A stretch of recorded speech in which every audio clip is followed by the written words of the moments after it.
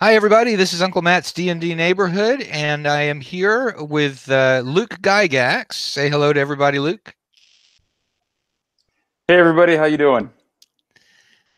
So we're just to remind everybody, please don't forget to subscribe to the channel, and also I have a Patreon if you're feeling really rich this evening. Go and throw some dollars to patreon.com/Uncle Matt.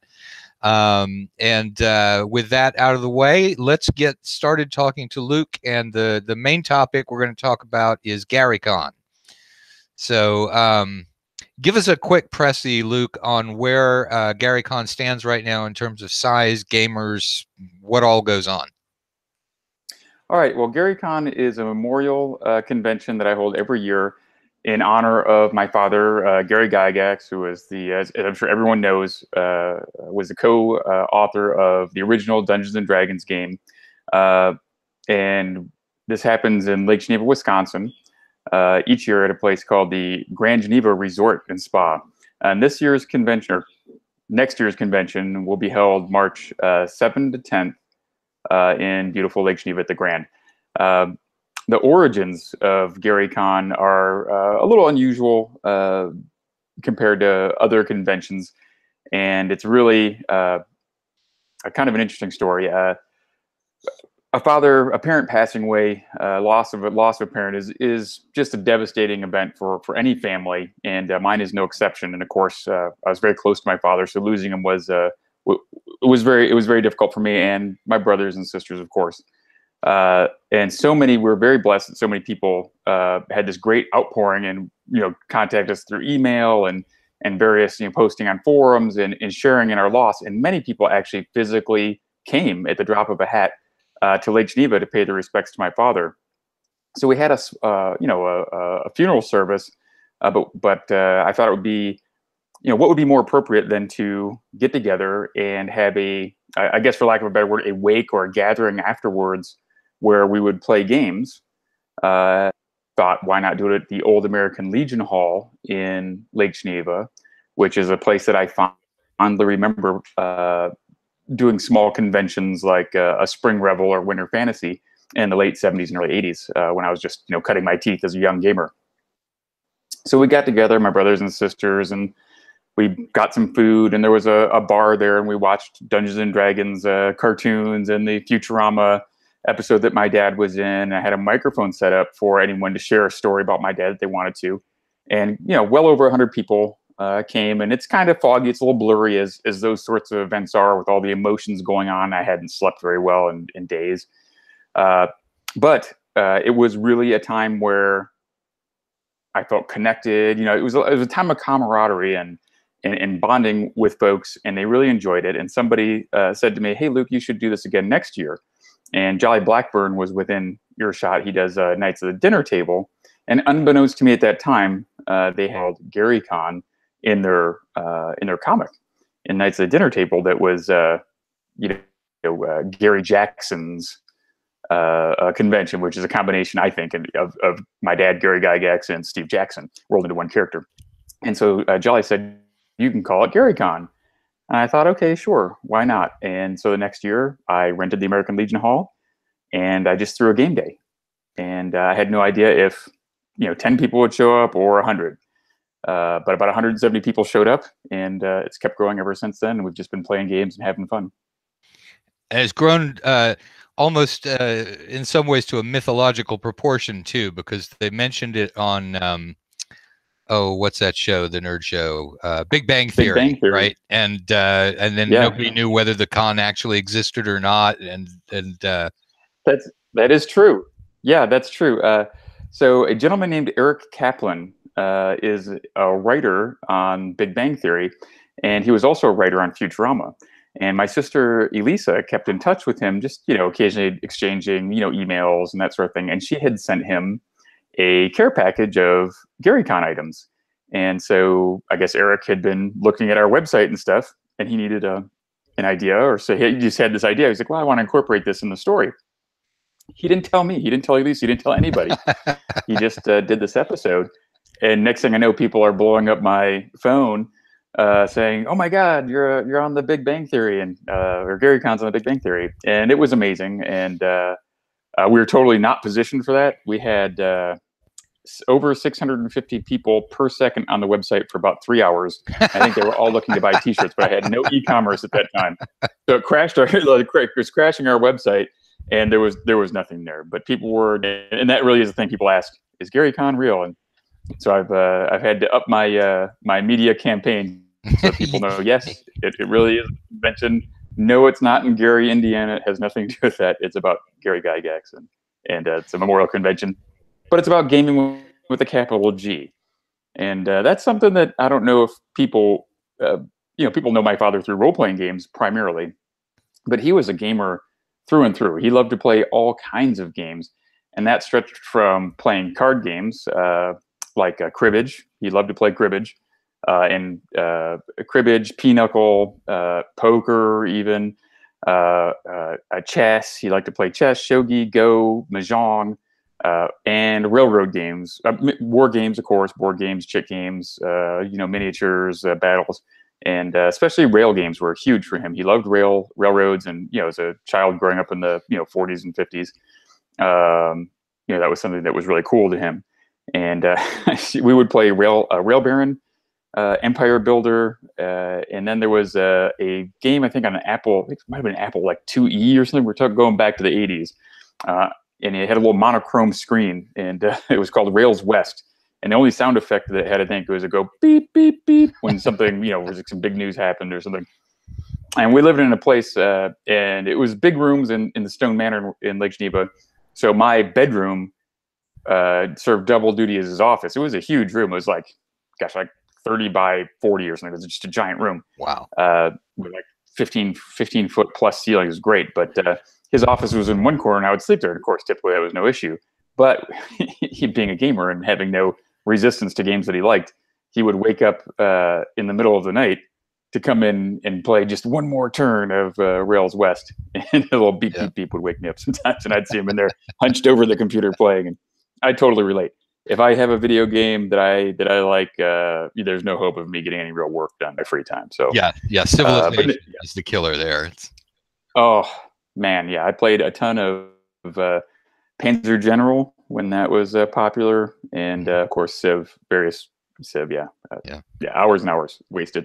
Well, invested. I don't know. However you want to look at it. So let's. But my dad was a gamer with a capital G. Yeah. So let's talk now about the convention as it now stands. Going from the 170 people at the first time that it was a convention, rather than just being a memorial, and then going through the question about does it really exist or is it mythology, up until where we now stand. How many? I guess we have to talk about the last one. How many people were at the last one? Sure. The last one we had 2,200 people.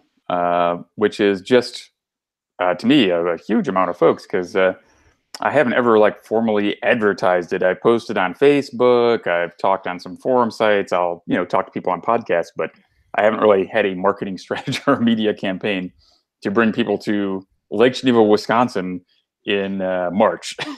Well, which is an odd time. That's got to be Turbo's fault, though. Let's talk about the various people that help you out with a convention that has 2,199 people and me. How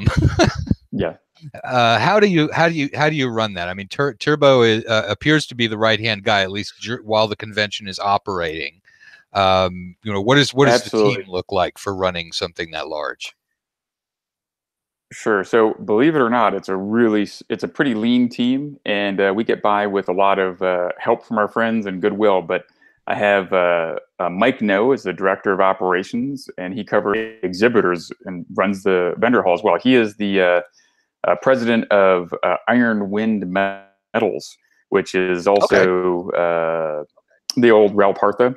So he stepped up a couple years ago and said, "Hey, it looks like it's growing a little bit bigger. It looks like you could use somebody who knows a bit about conventions. I've been doing it for just a few decades, and I'd be willing to help out." So he was a very welcome addition. I have Cliff Gould giving him a hand. He's just a gamer friend who's come to GaryCon since the very earliest days. then there's helping me out considerably. Obviously, Turbo, he's like my executive officer. I hand him all sorts of tasks, and he kind of helps organize and keep everybody going. Dave Conant and Skip Williams, a couple of names that old former TSR employees that I've known since I was just a kid.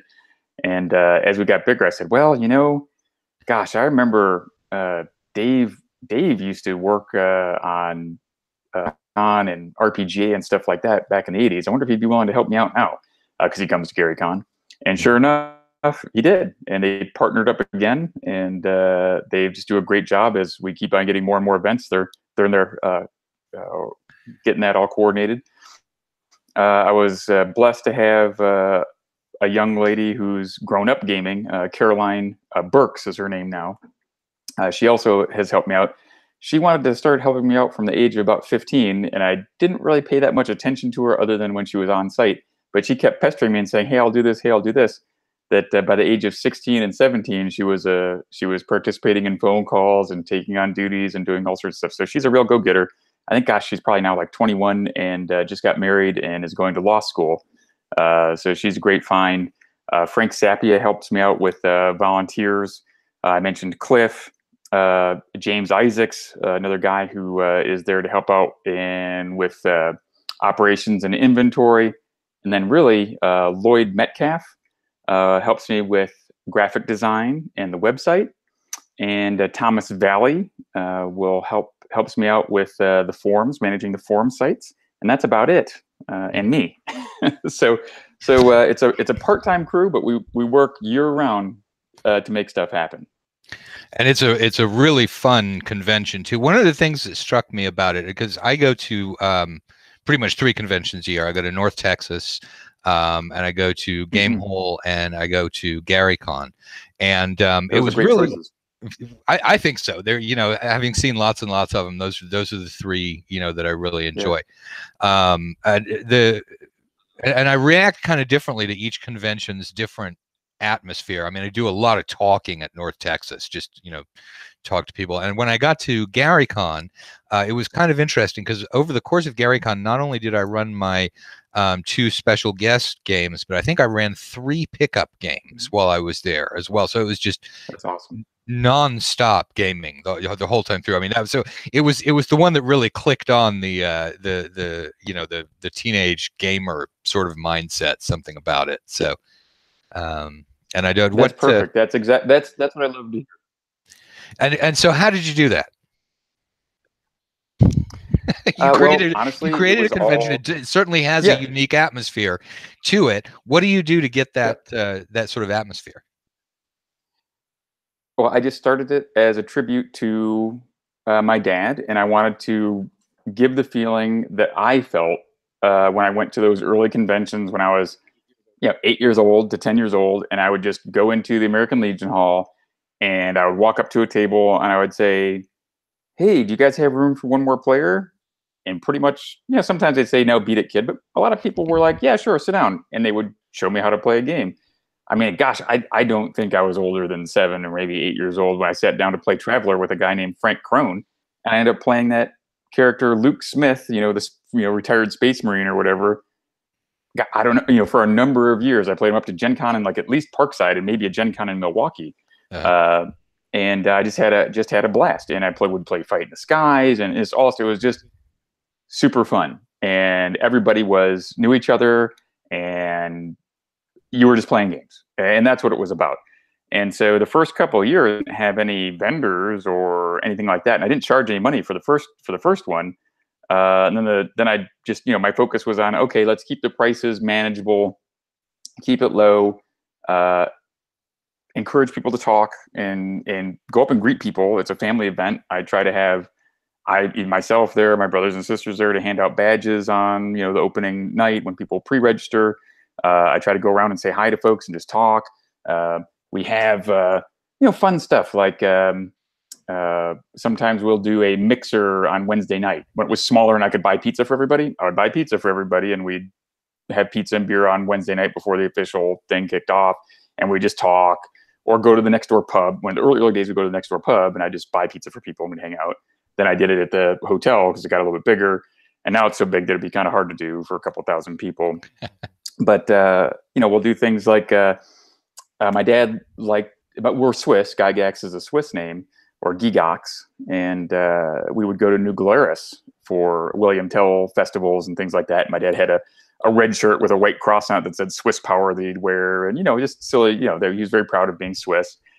And Glarus Brewery, he would go there and he enjoyed beer. So we have Spotted Cow on tap as the special beer, and we give beer discounts. And then if you buy one of the stadium cups, then you get beer discounts all convention, and during happy hour you get free beer or soda if you don't care to drink alcohol, of course.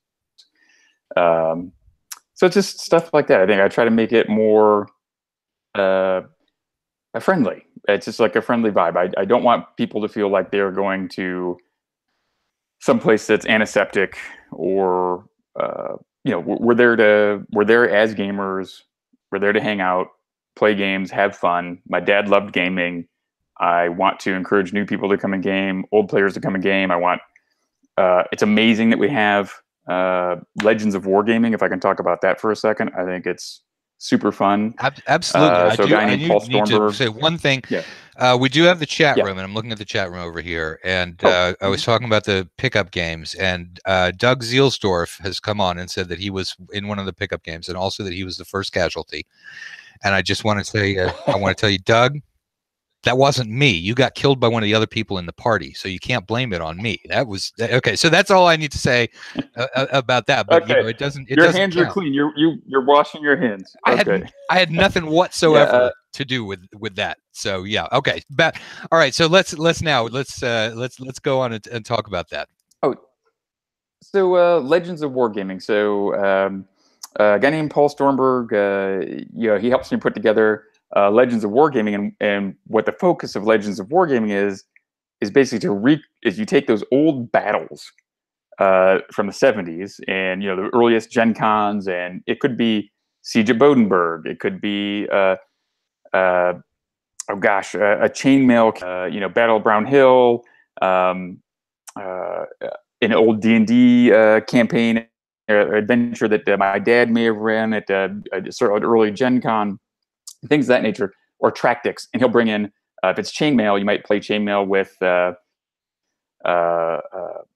Mike Menard, who's a gamer, used to game with us when he was obviously a much younger guy. You could play tactics with Mike Reese, who wrote it along with my dad. You can play Don't Give Up the Ship with Mike Carr, who wrote that along with my dad. The Siege of Bodenberg, very influential to the development of chainmail, which was a precursor to Dungeons and Dragons. So just all those foundational games you can play, and oftentimes with someone who is directly connected to when it was originally played. And so it's faithful to that. So if you could come in being a 5th edition player and be like, I'm going to play Adventurers League all day long, all 4 days, and you take a break and you happen to wander in the room and there's this beautiful display of all this historic it tells a story about how Dungeons and Dragons was created, and you get curious and you're like, what's this? And you can maybe walk up and be lucky enough at GaryCon. There's no fee to enter a game. You just buy a badge, and if there's an open seat, you're welcome to go up. Of course, at the game master's discretion. As long as the timing's right, you're welcome to go and play. I mean, a full table is better for everybody. So you might just walk in and sit down and play one of those games and learn appreciation for the roots of the game, and probably make some friends while you're doing it. And I think that's really cool, and that's what I'm looking for. Bring in new gamers, show them the roots. And if you've only been playing, there's some guys who are like, I'm only going to play OD&D or AD&D. Well, try a newer system too. Maybe it'll be cool. I hope we do that and have that cross-pollination. Mm-hmm. That's definitely one of the fun things about conventions too, is just even looking around one of the game halls, you realize there are a lot of games that you've probably never heard of or never seen, unless you're somebody who goes into a game store, very frequently. I don't happen to have one that's real nearby me. So, I definitely get that sort of, kid in a candy store thing when I go into a convention, because it's I learn new things in steps. Each convention, I see some different games going, and that was one of the neat things about GaryCon 2 was that there was a real nice wargaming room, and I didn't discover it until fairly late in the convention, and I got lost. Which, by the way, That place is like it's linear. It's all in one line. Yeah. But I got lost every single time, and it was like you get lost vertically. I was on the wrong floor than where I wanted to be every time. Yeah. But anyway, so I got lost. I ended up, and here's this wargaming room and a place selling Larry Elmore T-shirts, and I wanted one of the Larry Elmore T-shirts, and they print it out for you while you're waiting. And so nice. I ordered my T-shirt, and then I walked into the wargaming room, to go get in some trouble there while I was waiting for them to finish the T-shirt. And it was great. There were great setups there, and I love seeing real tabletop wargaming going on at conventions. Yeah, that's the HGMS, HMGS, Historical Miniatures Gaming Society. Yep. So they do all the those would be the guys who thought Dungeons and Dragons was for kids or a terrible thing for not a real war game back in the early 1970s. Newfangled. Those are the guys who are like, yeah, that newfangled Dungeons and Dragons stuff. Yeah. But yeah, they're recreating the historical battles like Napoleonics or things of that nature. And they do have some amazing and beautiful setups in there. It's a real blessing. I love having those guys there. Yeah. I wish I'd seen the games. And that's in the Linwood room. Yeah. They'd already closed down all but a couple of them, but they still had the terrain out. So you were able to see, what you can look at the terrain and usually guess what kind of war game it is too. But so that was, I think those guys, even though the historicals, wargaming guys, I think they still do something called Orcs Drift instead of Rorks Drift, which is about the Zulu Wars. Yeah. But instead of Zulus, you fight orcs. Yeah. So that's pretty cool. I mean, there's some really neat. There's Sturmgeschütz and Sorcery, which is the German, Panzer unit that goes through, some swirling vortex and ends up fighting, orcs and a troll and a wizard or something like that. That was a Dragon magazine article at some point, wasn't it? One of the early Dragon magazines. I think so. Yep. Yeah. And they redo that one as well. So yeah, that's a regular occasion. That's a regular game at GaryCon and the Legends of Wargaming for sure. And of course, Adventures League is huge for the new guys. There's plenty of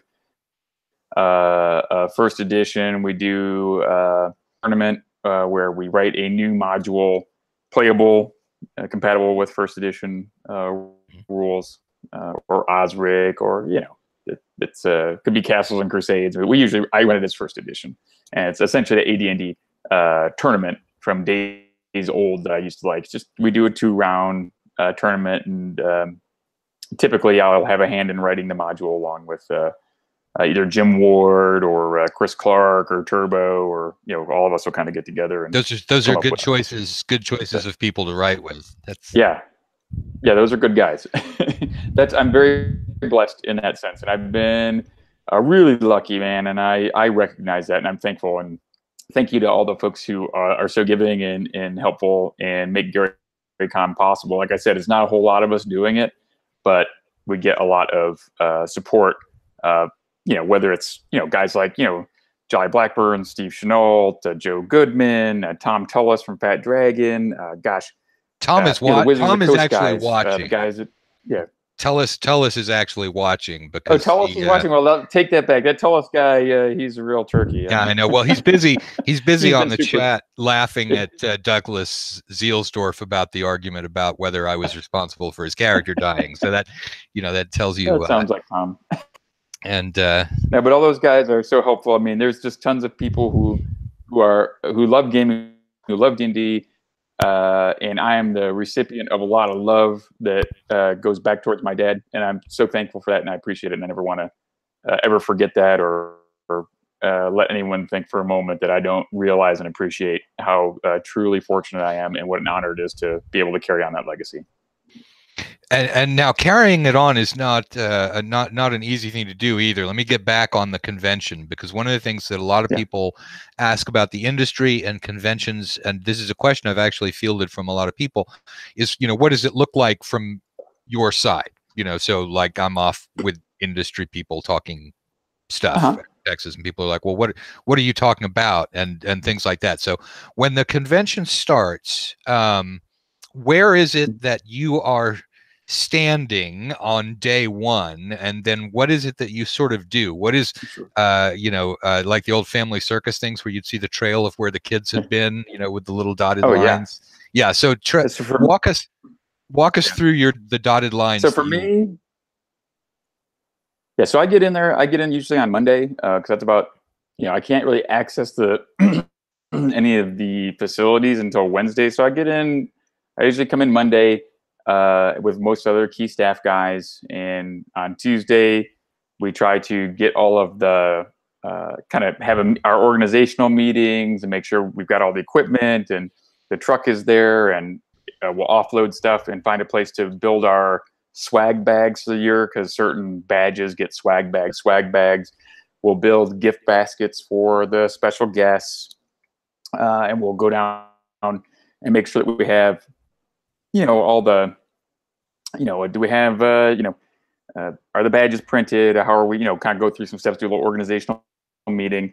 Then on Wednesday, we have to physically, and that's, just running around trying to make sure everything's actually ready by about 2 o'clock when things come in.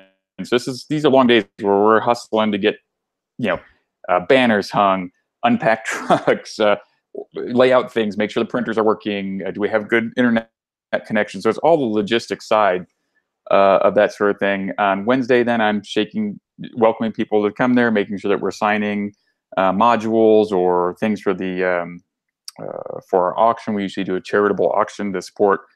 Last year was Wounded Warriors. The year before that was assisting Jim Ward with some of his medical bills and things. So we try to pick a charitable, whether it's industry related or not, a charitable something to support, to give to. And gosh, gamers are very generous. We raise well over $10,000 for the past several years. Just guys really, and we're a small convention, and there's just a lot of generous people who are very good and supportive. And then so Wednesday, I haven't been able to do a game. Sometimes on Wednesday, we've last year they actually drugged me away and said, "You're going to be busy the rest of the convention. Let's play a game together." For the guys who helped me out, they come from all points of the country. So we got together and we ran some D&D as a crew to be able to do a little bonding, because once we start, it's like just hammer blow after hammer blow. You're going crazy. And then we're pretty much up and at it at about 7:30, just checking the headquarters, make sure things are good to go. I've at some point I had to make it to the bank and draw cash out and do all that sort of good stuff. Make sure things are flowing, make sure people have their badges. Are there any problems? Walk the line. Is the line too long? Are there people with any disabilities that need, a chair or help? All the little noise stuff. Did someone have trouble checking in? Who's a guest? And then at 10 o'clock, I'll do the opening speech, get people into the exhibit hall, go around, talk to those guys. Typically, I'll have some sort of events going on. I might do a Growing Up Gygax panel. And then I'm always running. So I rarely have time to talk. Of course, wherever I go somewhere, people want to say hi to me, and I never want to walk by someone and try to blow them off. I need to, they're there, and I need to recognize that and appreciate that. Then Thursday, by the time Thursday evening comes around, I'll do a dinner with the Diamond Badge guys. Some guys who are very kind and support the convention by buying a high-tiered badge. They get a little bit earlier registration, get a few more of the VIP games, and one of the features that not me, but somebody else thought of said, "Hey, you should take these guys to have dinner with you." And I was like, "No one wants to have dinner with me." But apparently it's something that's become a thing. So I'll try to cover my surround myself with greatness. So I'll bring guys like last year I had Joe Manganello and Errol Otis as the guests at dinner to help me welcome those guys. And the year before that was Larry Elmore. And I mean, it's just been great. And then I'll do the VIP mixer, and that's a chance to kind of take a breath and say hi to all the guests and that. Okay, sort of let me stuff. jump in there. And then Friday is bam, bam, bam. I got a question about not really a question. I guess it's more of a comment. Sure. Because when you're talking about how why would people want to have dinner with me, and I think that One of the things about a convention is that it's like a whole festival. I mean, even though it's all about gaming, people don't just come there to game. They come to meet people that they know, people that are like them. They come to meet people who are celebrities. And I think that throwing in a whole bunch of the sort of extra stuff, like, and hey, dinner with Luke Gygax, it might not be something that they'd travel, 200 miles to go and have dinner with you in the absence of anything else that was going on, and probably wouldn't walk 5 minutes to come and have dinner with me. but once it's part of a thing, all of the extra stuff that you throw in there, even when it's not, necessarily related, is a fun thing. And I think that's definitely one of the things that I think GaryCon manages to throw a lot of those extras in. And I think a lot of it is there are a lot of celebrities there, and I don't even mean glitzy celebrities. I mean like Mike Mornard, people who are just very much tied into this whole thing.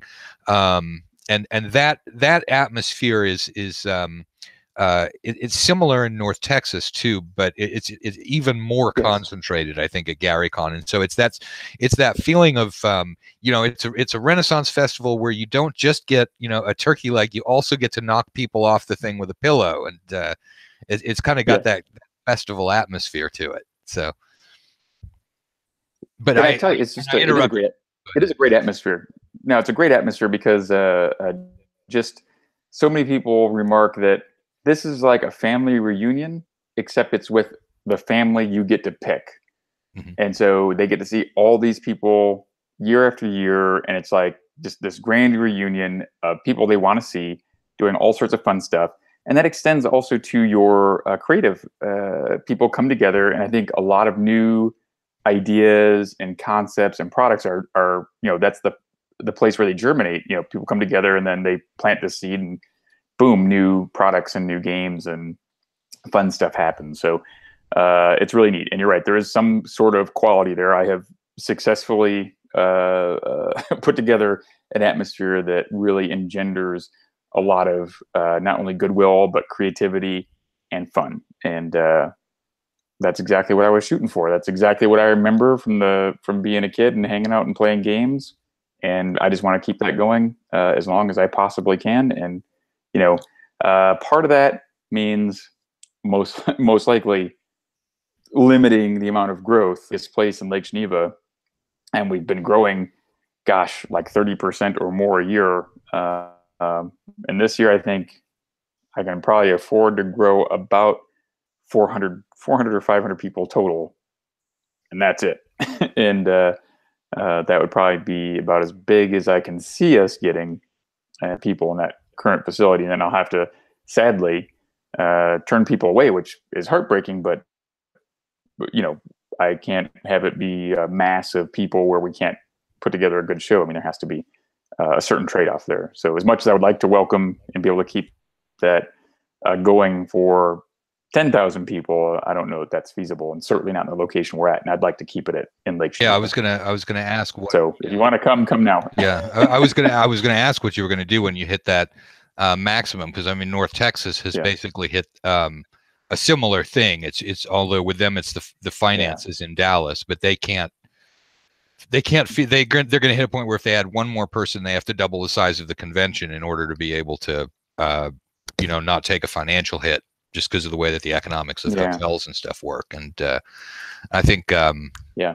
GameHole I guess has plans. They're sort of more set up for a growth curve, to become bigger and bigger. But yeah, I mean, it does sound like GaryCon's been growing a lot every year, and Lake Geneva's not a huge place. No, Madison is what, 100,000, 150,000. It's a little bit bigger place. Mm-hmm. Lake Geneva, for those who don't know, it's about 5,000 or 6,000 people. So this is a tiny village, a small town, and it doesn't have gorgeous little place. Airport that's beautiful place. It is. It's beautiful. It's beautiful. But there's no airport that you can conveniently fly into. You come into Milwaukee or Chicago, and it's a good hour or plus. hour and a half, maybe, depending on if you're in Chicago, about an hour from Milwaukee. Hi, Andy. So, there's not convenient stuff. I mean, so this is, when you're coming to Lake Geneva, you're really, and you're not in the vicinity, you're making a special effort to be there.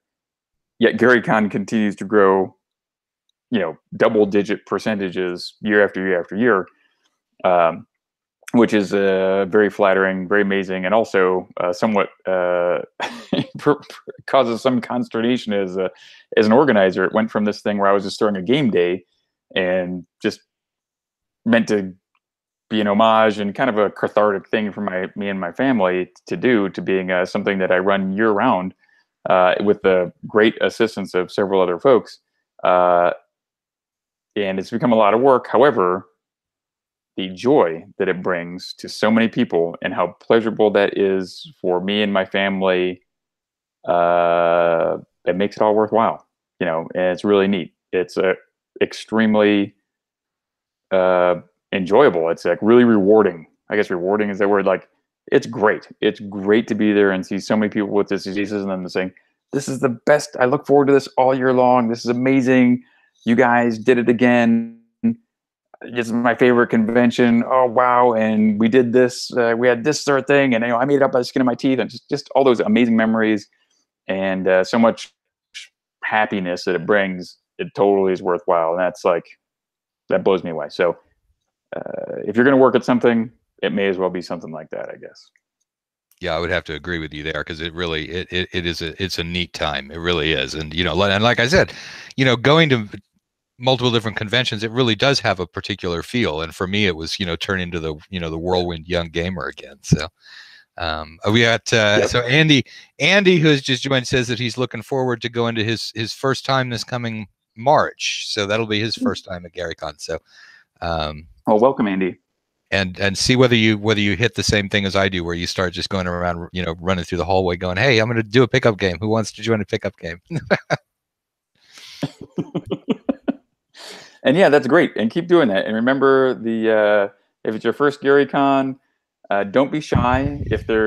Each table should have a red card or a green card with their table number on it. If a green card is up, walk up to the table and say, hey guys, do you have an open seat? Because the green card means they should have an open seat for you and they're ready to accept players. Sit down and play a game. If the red card is up, then not to go up to the table. They've already started or they're all full. So don't go up there. So that's like a self-marshaling system right there. But yeah, there's no charge for games. There's no reason to feel shy. Go up there, say hello, and ask to sit down and play. And if you're going to run a pickup game there, that's also very easy too. You see Jolly Blackburn leaving the hall, and you go in and you ask the people, which one is Jolly Blackburn's table? And they say, it's that one over there. And you say, thank you. And then you bring all of your players over there and you sit them down at Jolly's table. And then later people will come by and they say, this is Jolly Blackburn's table. And you say, yeah, Jolly said that I could use this table for a while. That's very sneaky. If Jolly had shown back up, I would have absolutely moved all my people to someone else's table, who was somebody else who took a bathroom break or something would go take their table. But so they weren't sure what you take the table by force. They knew I wasn't Jolly Blackburn, and they knew it was Jolly's table, but still we were able to stay there. So I had like 10 people there, so it looked and that of course is the struggle. As you get bigger, it's harder to have open gaming space because you pack more and more pre-programmed events in there, and then the gaming space becomes difficult. And gosh, I mean, at GaryCon 7, we had 900 people, and I think we had 59 or 60 gaming tables. I mean, we have like 200 tables now. So, I mean, you can imagine how we were stuck like cordwood up in the Geneva Ridge Hotel. I have always wondered this. I have always wondered this. Yeah. How do you handle the fact that you've got a huge number of gamers coming in? You don't know which tables they're going to be at or anything like that. How do you make sure you're going to have enough game masters to match? I mean, don't you run the risk of having like way too many game masters or not nearly enough game masters? I mean, how do you? Oh, I'll take too many game masters any day. I can always cut games, but creating games is awfully difficult. And so far, I've been very, very blessed that game masters are willing to come to GaryCon and shared their love of gaming with others by running games. So the small things that we do to say thank you to game masters and encourage them to run, a lot of times we will give them, and this is such a small thing, like a neck wallet. If you run a game, we give you a neck wallet. If you, we have, when you're running the game, we have a thing called DM concierge service or GM concierge service. So we'll have a volunteer in a cart come around with, candy bar, soda, chips, all, a selection of snacks and refreshments that they give to the game master gratis, so they don't have to get up and do anything, and they can run the game. Help them out in that regard. If they run a certain number of hours, we'll give them a custom T-shirt that we make each year just for game masters. That says GaryCon, game master, and we give them that. That's been very popular, and then of course a free badge for running games. Y'all are all hearing this, right? So everybody who's listening is going to ante up and run games at GaryCon this year, or volunteer, right? Okay. Game masters are the backbone of any convention, and GaryCon is no exception to that. So I need you to come and run games for other people so that they can have fun too. So at least if you're going to come, at least pick your favorite game, your favorite scenario, put it in as an event and run it and see how you feel about it. Because there's something that you're going to learn about yourself as a game master too by running for a whole crew of new people and being able to increase and improve your skills, your proficiency as a game master to adapt and bring those folks together. And a lot of times it's pretty cool. Another thing that we did last year is Wizards of the Coast was kind enough to sponsor a Game Masters lounge for us. So we have a lounge downstairs in the kind of the basement area, the Lorimore rooms, where we have like a couch, some tables, a printer, copier if people need to print out some games, and some refreshments as well. And kind of a little bit of a quiet space where if a game master needs to go in there, need to make a couple copies of a game, player sheets, whatever it is, they go in there, gather their thoughts. Scream silently for a few moments. Yeah. I'm not ready for this. Then, how could you not find that secret door? You finding that secret door is crucial to everything that happens next. Oh.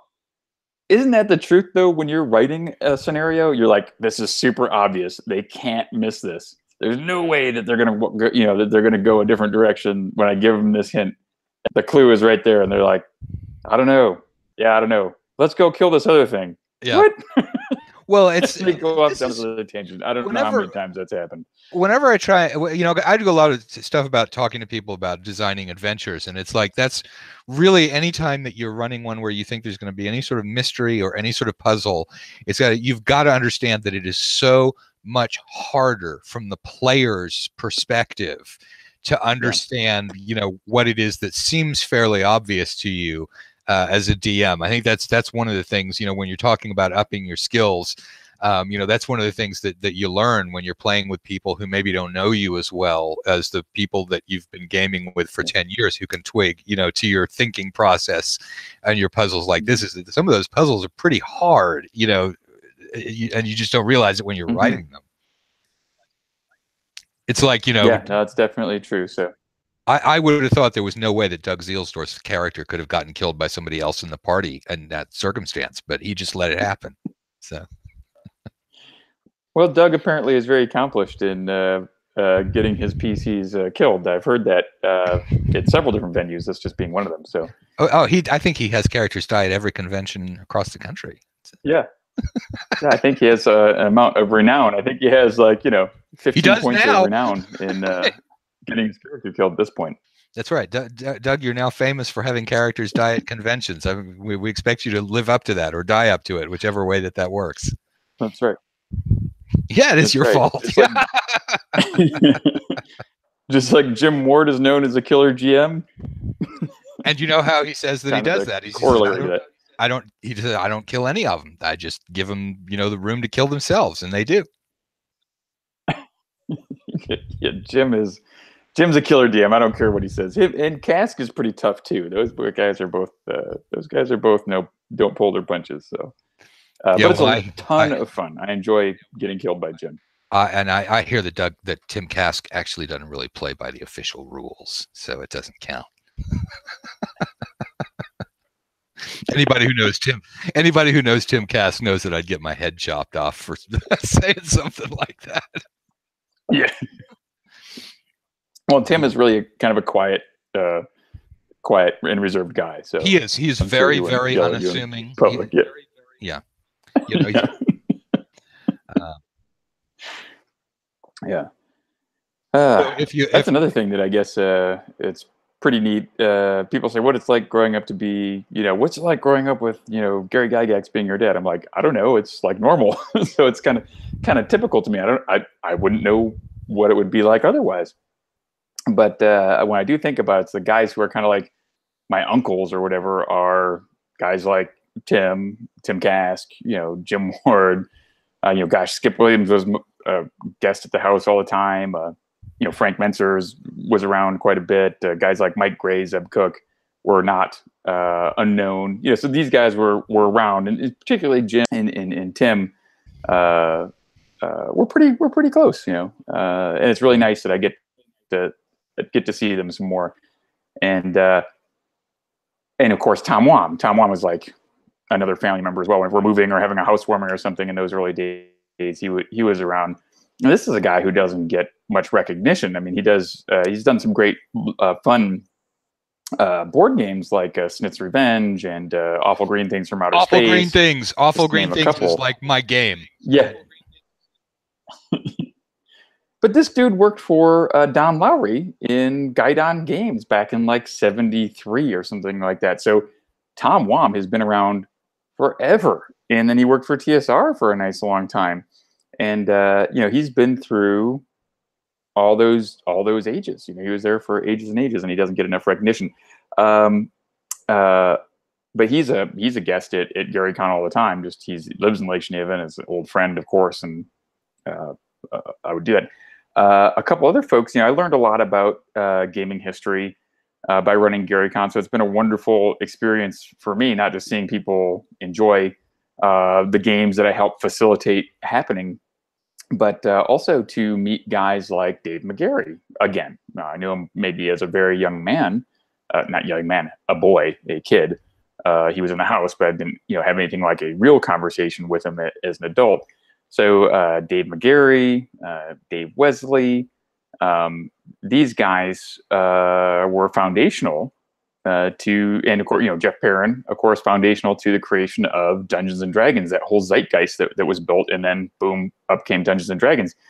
The whole idea of the Braunstein, which was which is kind of the birth of role, really the very, very earliest format.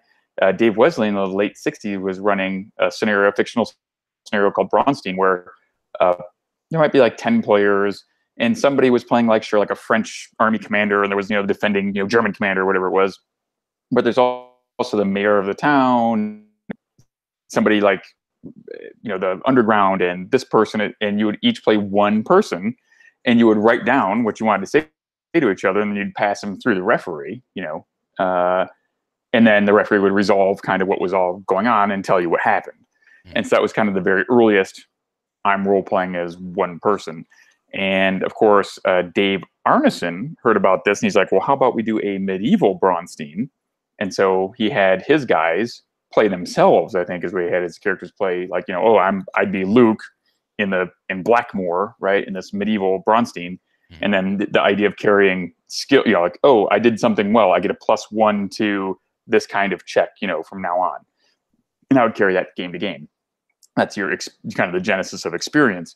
Dave McGarry created Dungeon. He was one of Dave Arneson's gamers, and he didn't want to referee his own game, but he still wanted to play, and Dave Arneson was too busy. So he made up Dungeon, which was a precursor to the game Dungeons and Dragons. He wrote that prior to my dad producing the rules to Dungeons and Dragons, or they were working on it together, but they didn't work. It existed. It came into fruition. It came to fruition without him looking at the rules for Dragons.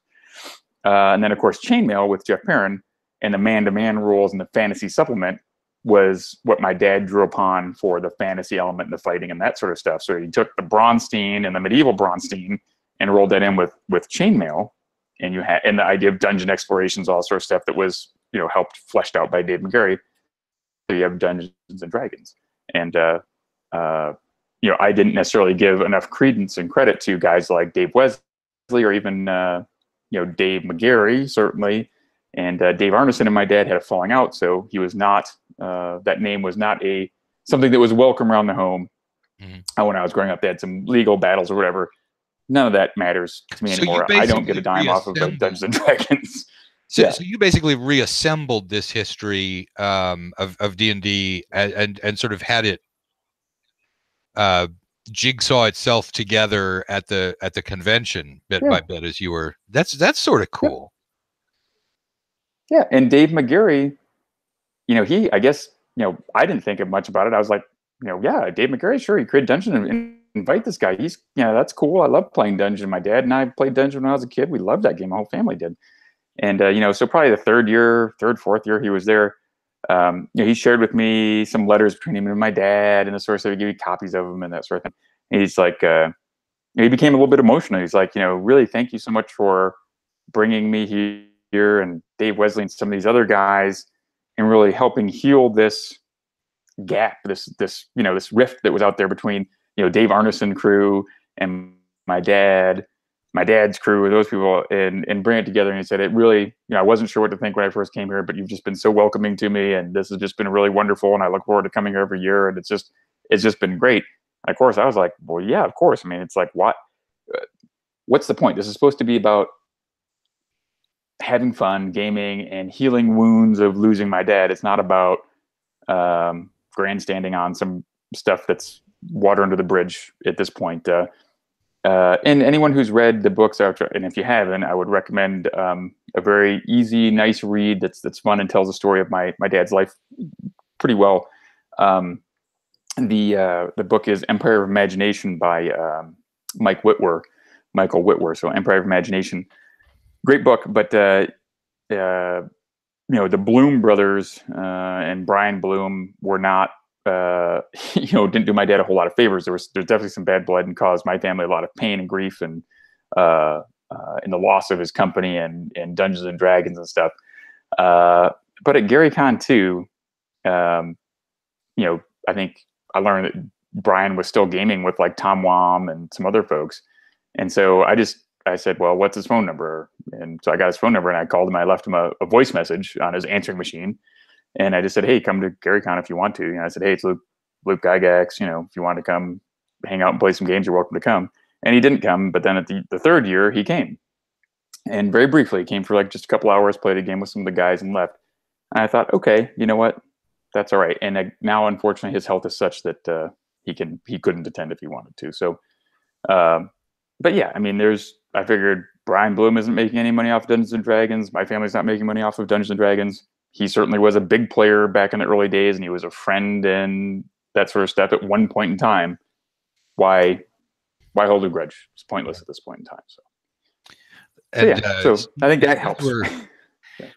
Since we're speaking also about a little bit about the history of Dungeons and Dragons, there is John Peterson also has got a book, and I guess one of the folks on the chat, Andy, same one who's going to his first GaryCon next year, asks if we've covered his new book, and his old book is Playing at the World. I guess that's the old one, which I've read. I don't know. Is there a new one?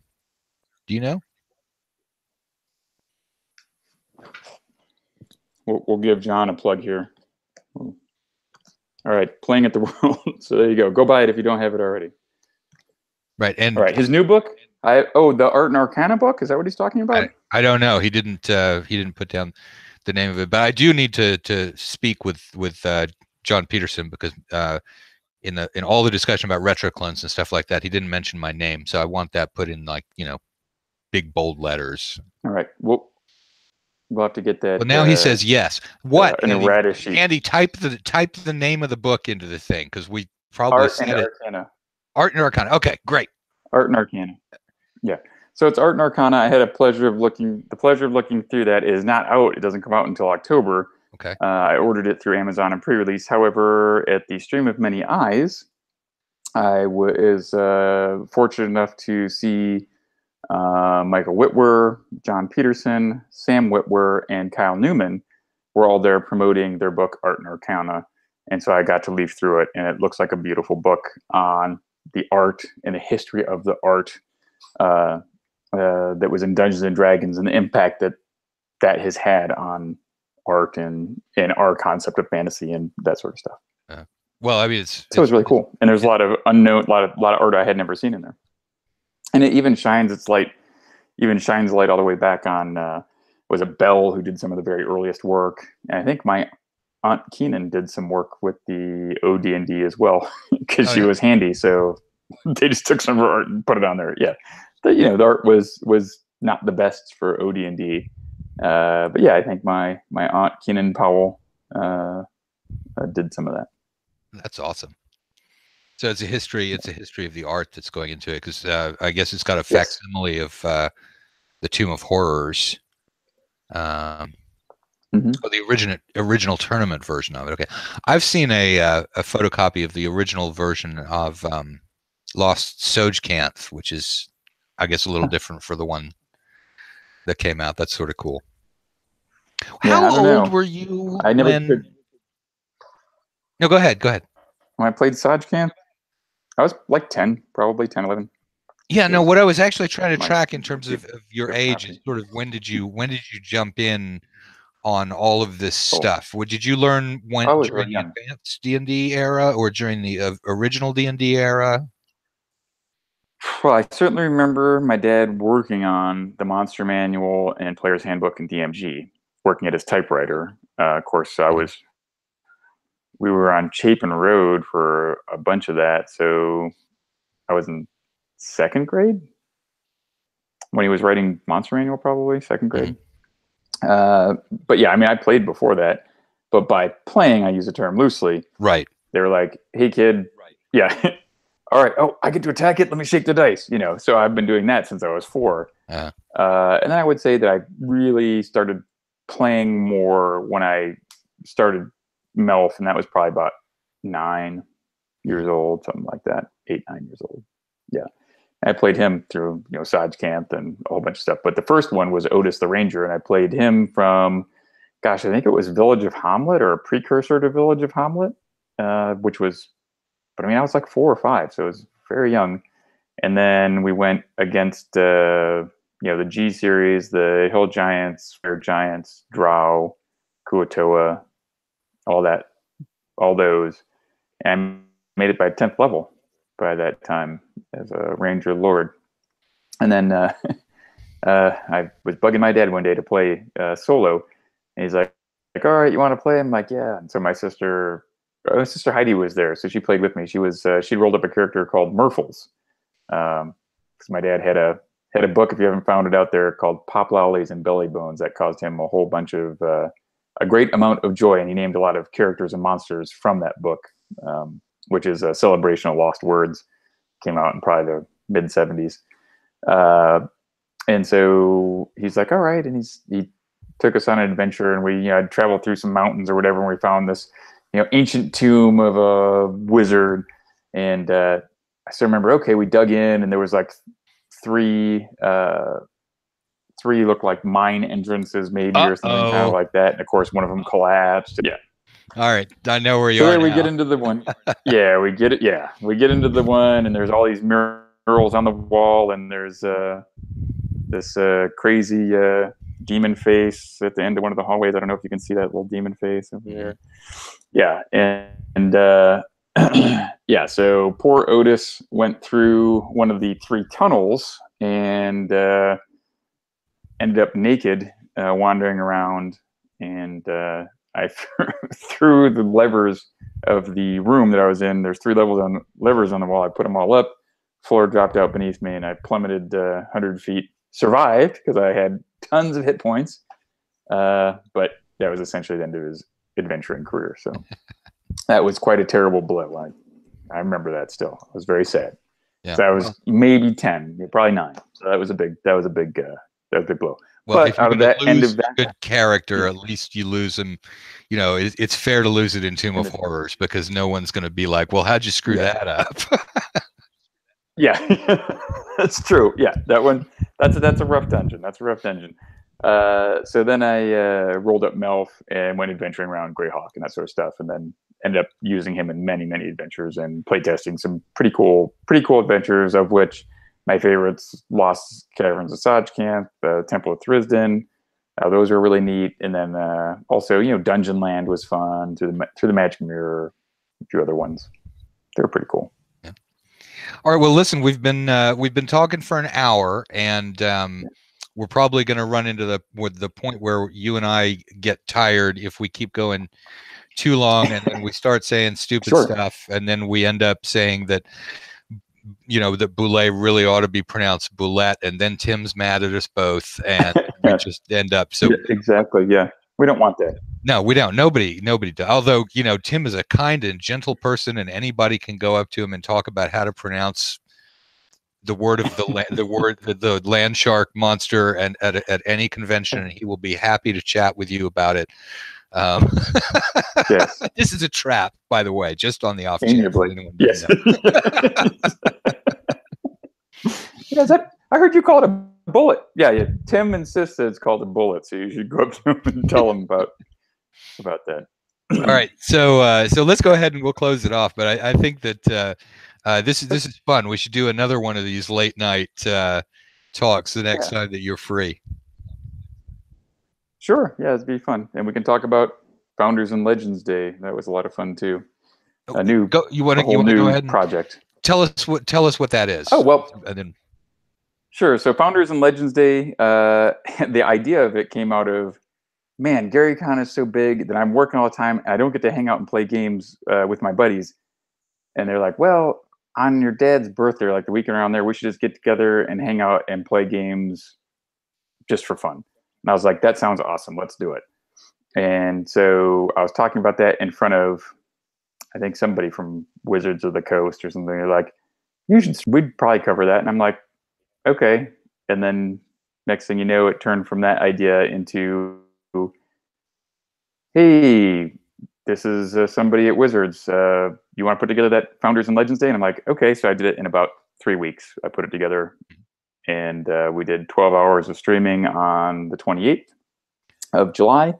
And we played an AD&D game with, well, first I kind of welcomed everybody and talked a little bit about the history of D&D and some of the things that I'd learned, and some of the guys that I thought deserved mention, like, Dave Wesley, Dave McGarry, Dave Arneson, Jeff Perrin, my dad. Just said, hey, these guys are important and not enough people know about them. And I know streaming is very popular with new gamers who are coming in. And I just wanted to say, hey, this is a quick history of some neat people who you should know about. And then we played AD&D with Stefan Bocorny, and the second game was a Maze Arcana 5th edition game with Satine Phoenix and Rudy Rutenberg and many other great guests. And our finale, and we had the guys Kyle Newman and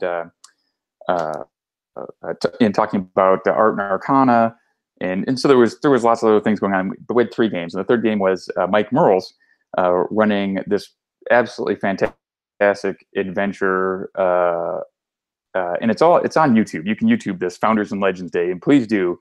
And it's really neat. The third one with Merles, I'm playing Melf. Joe Manganiello's there playing Archon. Jason Lyle's there as well playing, a guy named TJ Storm, who's a super great role player. Dave Baxter. I mean, it was just a great cast, great group of people playing. I mean, it was a high level adventure, and just so much excitement. And it was really cool. It was one of the best games I've played probably in a decade. And just what a great way to celebrate, the founders of the hobby. And of course, I'm partial to my dad. He's a special place in my heart. But I'd like for those newer folks in a venue where they'd be more likely to see it. And that's streaming. A lot of newer folks like watching streaming a bunch. And next year it was pretty popular. We had 10,000 people watch the last game, which was really cool. I was super stoked about that. It was on Twitch /D&D. So the Wizards of the Coast guys were really, really cool and helped me out. And I used the Critical Role Studios. So those guys also super nice, super good people. And that's just some of those blessings that I'm very fortunate for. But that was really wonderful. So I want to do it again next year about the same time, around somewhere towards the end of July, and maybe put together a few tables off screen and invite some folks to run games and have some fun a little bit closer to home. So that's in Los Angeles, Mm. where I live now. And so that's what Founders and Legends will be. And hopefully we'll see more about Founders and Legends. And even if GaryCon stops growing, there'll be some place you can come and hang out and play games and have a good time with me. Awesome. So thank you so much for having me on. I'm glad that we finally made this work Yes. and got our schedules together, and the internet gods were appeased. And all right. So we will, so you go ahead and say goodbye to all of your fans, Luke. All right. Good night, everyone. Thanks for joining us. Appreciate it. And I will say to everybody, no matter what kind of Dungeons and Dragons it is that you play, imagine the hell out of it.